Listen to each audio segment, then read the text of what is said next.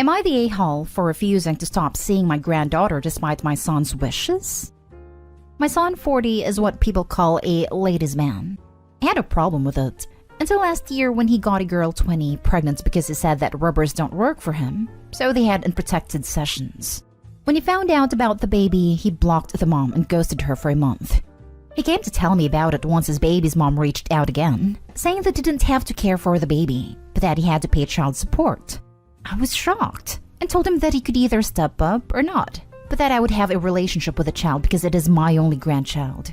He chooses to not step up and try to fight child support, but a month ago he was placed on it. Now that my granddaughter Lily is born, I have been helping pay for everything because her mom is in college and my son quit his job so his payments would go down. I am very disappointed in him. I watch Lily during her mom's classes and pay for her to have a nanny so the mom can work hard to get her degree. Money is no problem for my family, but my son is very angry that I'm helping them out. He says that they should not get my money and that if the mom needed help, then she should have gotten rid of the baby. I told him that I will continue to help them because my granddaughter is innocent in this, and that he was the one who refused to wear a protection, so they should not have their lives ruined. He said that it is either him or them, and I said that I would always help my granddaughter. He has stopped talking to me, and my daughter said that I went too far, and that I should just cut ties with them. Am I the a-hole for helping them against my son's wishes? Now for the top comments. Not the a-hole, but your son is a giant a-hole. He is entitled and selfish, and frankly creepy that at 40 he knocked up a 20-year-old. He needs to grow up. I would disinherit him in a heartbeat. Write a will that cannot be challenged and make sure to get an attestation from a medical professional stating you were sound of mind when the will was drafted. But leave him enough money for a box of rubbers. Wait, he's 40 and she's 20? Have you had a second to digest that truth? Good riddance. Let him be a spoiled, disgusting individual. You are doing the right thing.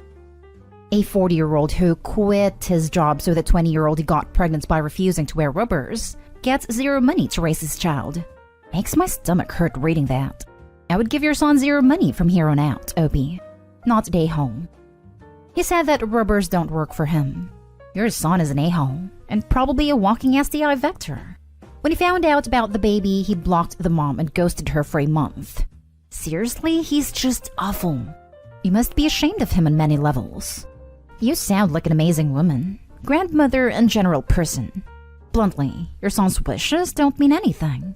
Your son's opinions about who cares for his child stopped being relevant a long time ago. I realize he's a grown man and his own master, but he needs to remember that you're a grown woman and your own master. Honestly, I'd be no contact with him over this kind of thing. There's something broken within him. He needs a serious attitude adjustment. Not the a-hole. Not the a-hole for refusing to stop supporting your granddaughter's mother. On the other hand, you do bear some responsibility for raising this absolute sluggard. The fact that Opie admitted to brushing aside his behavior in the past because he is a ladies' man? Only when the behavior became grotesque, Opie realized that son is bad. How many lesser evils has Opie brushed under the carpet in her son's upbringing? Next story is titled, Am I the a-hole for making my daughter sleep in the backyard after what she did to our housemaid? My male 46 daughter 16 is a high school junior. I noticed recently that she's been behaving in a bad manner, constantly commenting on other people's looks, belongings, calling them stuff that isn't cool, and just being insensitive. It's like she lost a filter or something, because usually she's polite. But my wife suspected that our daughter's sudden misbehavior occurred after she started hanging out with the new girls from the school. Basically, the mean type and have picked on their behavior. I've sat my daughter and had many discussions about how her behavior has been negatively affecting everyone around her. Our housemaid is the person most affected here, and my daughter has chosen her to be her target for hair/clothes/etiquette criticisms. She has complained about our daughter calling her offensive names, like filthy and gross for cleaning certain areas in our house. I took a stand and explicitly told my daughter I'd punish her if she ever said stuff like that to our housemaid again. Last week, my daughter had a party to go to, but earlier that day she called our housemaid filthy, so I grounded her by not letting her go to the party. She threw a fit and called our housemaid a liar, saying she never called her that.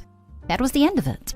Days later, my daughter came to me saying she couldn't find her iPhone after looking everywhere. She asked me to call her number, and I did.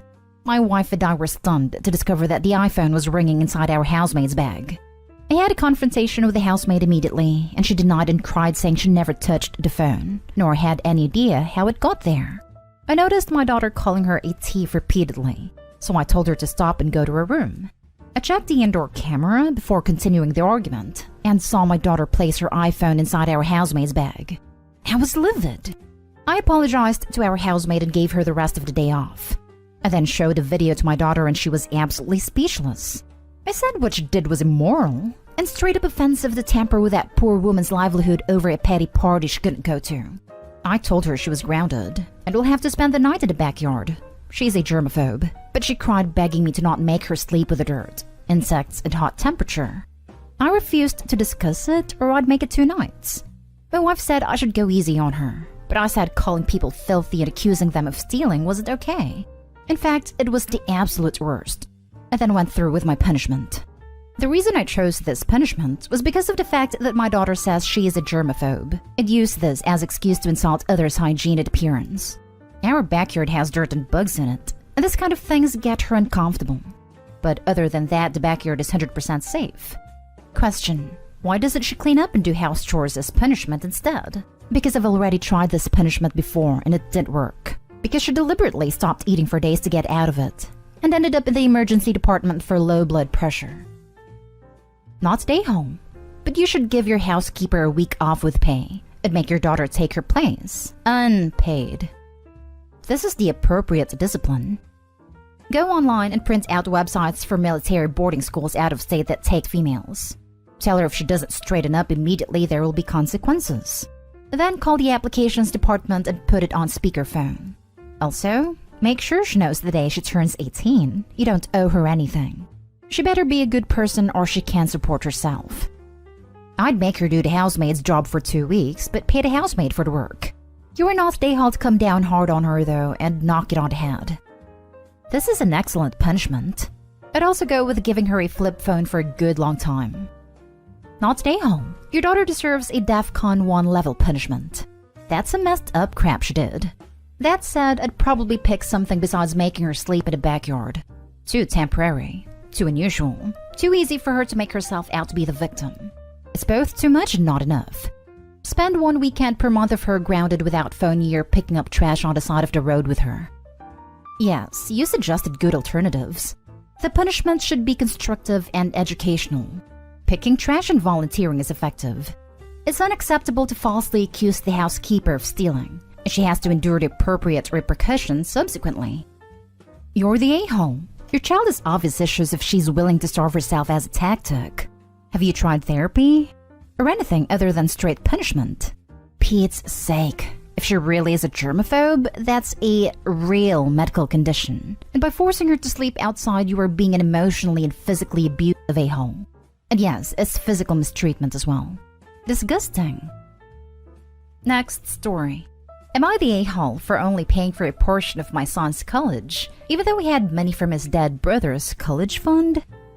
I, female 58, will always be a mother of my twin sons, Thomas and Sam. In the summer after they graduated when they were 18, Thomas passed away. I can't begin to explain how broken I was. At that point, Sam had already accepted an offer to go to an Ivy League school. My husband and I had about $100,000 each saved up for the boys. But Sam's school was so expensive that the money wouldn't cover it. Before Thomas passed, Sam was fine with taking out student loans to cover the rest. Then we lost Thomas. Less than 2 months after it happened, Sam asked if he could have the $100,000 that was set aside for Thomas. I lost it on him, but I told him that it was Thomas's money and not his, and it deserved to go to Thomas. This is where I might have been the a-hole, because Sam could have used that money, but he didn't get a cent of it. To be fair, my husband and I didn't get a cent of it either. We donated it all to various charities against drunk driving in memory of Thomas. That was all about 10 years ago. Sam took out student loans, but he is so young and already a very successful lawyer. I believe he's paid most of the loans off by now, possibly all. If it matters at all, my husband and I contributed a significant amount, about $50,000, to his law school tuition as well. I thought we were past it, but the other day Sam brought up how unfair it was for me to refuse to give him Thomas's money. We had a tearful argument over it, and now I just don't know what to think. If I could do it again, I still don't think I would give that money to Sam. Does that make me an a-hole? Edit. Because some people are confused about the way I worded things, here's a better explanation of the money. We had 2 separate college accounts for the boys. Each account had $100,000 in it. After Thomas passed, Sam still got the $100,000 he always knew would get. He just didn't get the additional $100,000 from Thomas's account. We never took money away from Sam. We just didn't give him any extra money that he wouldn't have had if Thomas had been alive. You're the a-hole, although I'm sorry for your loss. Your living son is grieving too. His life was forever affected by his brother's loss. You could have supported him and made it easier by helping him financially, but instead you made it clear that his brother's memory is more of a priority to you. Surely, Thomas would have wanted that money to help his brother. If I was your remaining child, I would have been so heartbroken. If I'm reading this right, they gave him $150,000 already, and they're an a-hole for not making it $250,000? Really? I don't think they are a-holes for not giving the money. It's the way they lashed out at their son that's so awful. They worded it in such a bad manner. That's the a-hole part. Let me ask, if you were reeling from your son's death and the body wasn't even cold and your other son asked for his money, would you feel happy/elated? You're pretty pissed off that your sons, their brothers, funds were more important to the other twin. Mild, you're the a-hole. Look, I get wanting to donate it to different charities. There's nothing wrong with that. But you should not have lashed out at your son like that. Your wording is horrible. You could have said, we want to donate it in Thomas's name, to people who've suffered like he had at the hands of drunk drivers. And that would have been okay. Your son wasn't an a-hole for asking the money, and you were not an a-hole for denying him. But the way you did it was awful. You should sit him down and apologize for the way you reacted back then. You did not need to lose it on him like that. That wasn't a question. I think Opie knows she was the a-hole for doing that, but she's just asking if she's the a-hole for not giving him the money. You're the a-hole. Why would you tell your son that his money deserved to go to his deceased brother? How does that make sense? $100,000 to an anti-drunk driving charity seriously just seems like they threw the money away in my opinion. $100,000 to college is productive. Throwing money to bloated charities that tell people not to do the things they already know not to do just sounds like a waste to me. Now for the last story. Am I the a-hole for asking my girlfriend not to eat so much? I know the title sounds bad, but this is a pretty specific situation, so please hear me out. I, 26 male, have been dating a woman we will call Ashley, 26 female, for about 3 months. Ashley grew up financially well off and relatively privileged, and it has been a point of friction in our relationship with her not understanding/grasping the level of poverty I, my family, grew up with. It is also relevant to this story that Ashley is a heavier person. It is a very vocal advocate for body positivity and will very assertively stand up to anyone shaming herself or others. The other person who is relevant to this story is my grandma, 70. My grandmother is a wonderful woman, but she is both very proud and very broke. She likes to have us over for dinner and is an excellent cook, but financially she can't really afford it. She refuses to take any money from me or anyone else and won't let anyone bring food, saying it's her responsibility to take care of the family. She also takes offense if you turn down the invitation. About a month ago, we had dinner with her and Ashley liked the food so much she went back for second and third large portions. This is not done in my family. We all take a single small portion, as the leftovers are what my grandmother has to eat for the week. So Ashley taking more meant my grandmother didn't eat for the next couple days. After the dinner, I explained this to Ashley, and she was shocked. I tried to bring my grandmother food, but she refused the charity out of pride. My grandmother has invited us to dinner again this weekend. Before we went, I tried to have a discussion with Ashley reiterating my grandmother's financial situation and asking that she try to only take a single smaller portion so my grandmother can have food for the week. I said we could go eat again after the meal if she was still hungry. Ashley got very angry at this and said she will not be shamed for her eating. She will not limit her food, and that no one other than her decides when she's had enough food. She also said I was fat-shaming her.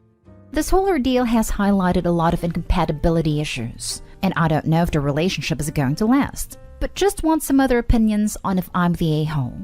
Am I the a-hole for asking my girlfriend to limit her eating? Edit. A lot of people are asking why I didn't tell my girlfriend before the first meal. To be frank, I didn't think of it. It hadn't occurred to me that someone would go to someone else's house and eat 2 days' worth of food in a sitting. Oh, I was ready with the judgments with the title and first paragraph, but not today, home. She could eat before or after. You're not shaming her. She just doesn't care about grandma. That's not a great quality. Agreed. If she doesn't care about an older lady who is being very kind and generous, warning there, then she should at least care that it is an important person to Opie. Additional warning. All the way around, it sounds like it's all about her and nobody else matters in the least. It also sounds like she has some past shaming issues that she's going to take out on people, regardless of what their actual intention was. I agree. It sounds like no matter what Opie says, she's going to see it as shaming. But her world doesn't revolve around Ashley. She definitely lacks some empathy. This is not about her at all. This is about Opie's grandma. Opie, my grandmother, is also a very proud lady who would not accept money or food. But she would accept a dinner invitation. Would your grandma accept if you invited her to your place or a restaurant to have a nice meal? That way it doesn't have to sound like charity. You could put it as returning the favor and having family time. She's literally taking food out of your grandma's mouth. The fact that she still has an attitude after you explain the situation? She's a massive a-hole. Not today, home. Dump her. Agreed, but also wondering why grandmother is so proud that she would rather not eat than allow her family to help her out. There comes a point where pride borders on stupidity. If your grandmother is so proud, how do you know that she won't eat for the rest of the week? Your grandmother is an adult who chooses to serve a certain amount of food and seems to get a lot of pleasure from feeding her family. It sounds to me like you are simultaneously fat-shaming Ashley. The issue has nothing to do with her weight. Why mention it? And infantilizing your independently living adult grandmother. You're the a-hole, in case that wasn't clear. Read this back to yourself and realize how stupid it sounds.